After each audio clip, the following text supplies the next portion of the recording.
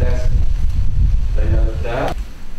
Standarnya ya harus tidak nempel lantai sih, tidak nempel lantai. Kemudian powernya langsung ke listrik.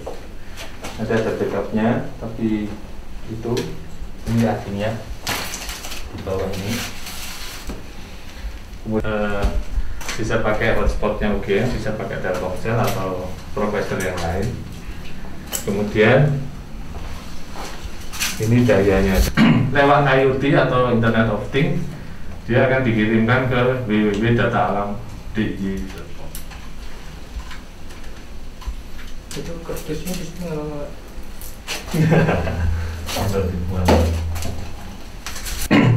jadi tidak terlalu banyak. Nah, yang menjadi cukup bernilai dan gempa di Jepang itu waktu itu beliau masih sekolah. ya. Sebelum gempa itu berita-berita mau pantai Samas itu ke kiri. Ada gereja Ganjuran itu ke selatan lagi. Tentunya terakhir dia kirim jam 11:21. Nah, itu semuanya di situ datanya. Sistem ini juga yang membuat alert atau peringatan dini langsung ke WA-nya Prof Sunarno. Jadi nomor radon itu kan memang selalu dihasilkan oleh alam. Jadi itu gas yang alamiah tetapi sifatnya radioaktif. Radioaktif artinya dia tidak baik masuk ke tubuh kalau tidak terlalu banyak karena dia mengion. Nah, karena dia normal aja, dia keluar lewat tanah, lewat celah-celah tanah dan seterusnya, dia akan keluar. Ketika suatu pergerakan lempeng bumi itu semakin merapat, celah-celah itu kan juga akan semakin rapat, celah-celah di lempeng bumi itu. Jadi semakin rapat, nah gas itu seperti dipaksa untuk segera keluar ke permukaan tanah atau ke permukaan bumi, sehingga sebelumnya itu kan dia seperti diperes itu, pom dalam air diperes. Nah itu airnya keluar, ini radonnya keluarnya pasti naik, jadi terjadi kenaikan radon itu begitu. Nah pada satu titik tertentu ketika itu sudah kolap lempengnya ya terjadi gempa tadi gers. Nah itu gasnya biasanya pas turun 1 sampai 3 hari sebelumnya gasnya mulai turun. Itu artinya sudah mulai mau kejadian gempanya. Kita deteksi dini. Jadi yang lain itu kan gempa dulu baru tahu nilainya terus di mana. Tetapi kalau yang kita pasang ini adalah deteksi dini, artinya sebelum kejadian kita sudah tahu 24 jam sebelumnya sampai 3 hari sebelumnya kita sudah tahu. Itu bedanya. Di mananya juga bisa. Di mananya nih belum, Pak. Kita butuh banyak data sekali.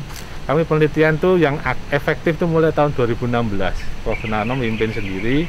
Alatnya waktu itu sistemnya ada 2, pakai radon. Gas radon itu kan secara alamiah memang sudah dihasilkan lewat dari permukaan bumi. Maka kalau di negara-negara 4 musim itu, pas musim dingin memang sekali-sekali jendela harus dibuka supaya radonnya tidak akumulatif di dalam ruangan. Nah itulah tujuannya. Tapi kalau di sini sensor radon itu kita gunakan untuk memantau radon ketika memang fluktuasi terjadi satu waktu. Nah fluktuasi itu kita nilai sebagai deteksi dini gempanya. Di mana kemudian tepatnya jam berapa itu belum bisa kami deteksi karena keterbatasan jumlah sensor. Jumlah sensor kami itu hanya di DIY dan Jateng. Jateng di Cilacap menuju ke Bumen itu, terus kita ada di sini di Bambang Lipuro dekat Pantai Samas itu, lalu ke utara karena patahannya kita di Prambanan.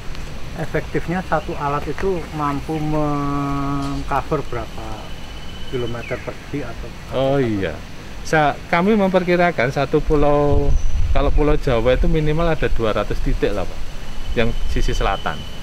Jadi kira-kira coveragenya sekitar 75 kilo lah. 75 kilo nanti harus ada sensor baru lagi. Nah kalau itu semakin banyak, misalnya dengan support, misalnya ada pendanaan yang bisa mensupport kami untuk memasang sepanjang Jawa itu nanti akan bisa punya banyak data yang dari Sabang sampai ke NTT itu akan lebih rapat. Jadi kita bisa tebak meskipun harus banyak kejadian. Nah masalahnya kami kan punya prediksi itu akan berhasil kalau kejadian gempanya ada. Tapi kan orang-orang nggak senang ada kejadian gempa. Besaran gempa yang deteksi sampai besaran berapa? Kami lebih menyaring atau memfilter di atas 4 skala Richter atau magnitude ya. Sekarang kan istilahnya magnitude ya. Jadi magnitude kami disetarakan dengan skala Richter itu di atas 4 sampai dan seterusnya. Jadi yang di bawah 4 itu tidak dalam kalkulasi kami, sehingga kami biasanya membuang data-data di bawah 4. DIY yang di mana itu, rumah hijau itu. Kemudian ternyata mereka punya sumur-sumur pantau banyak. Gempa Kobe dan gempa di Jepang itu waktu itu beliau masih sekolah. Sebelum gempa itu berita-berita tanda-tanda sebelum gempa itu ternyata salah satunya adalah hubungannya radon dengan gempa. Misalnya ini sumur ini, lokasi ini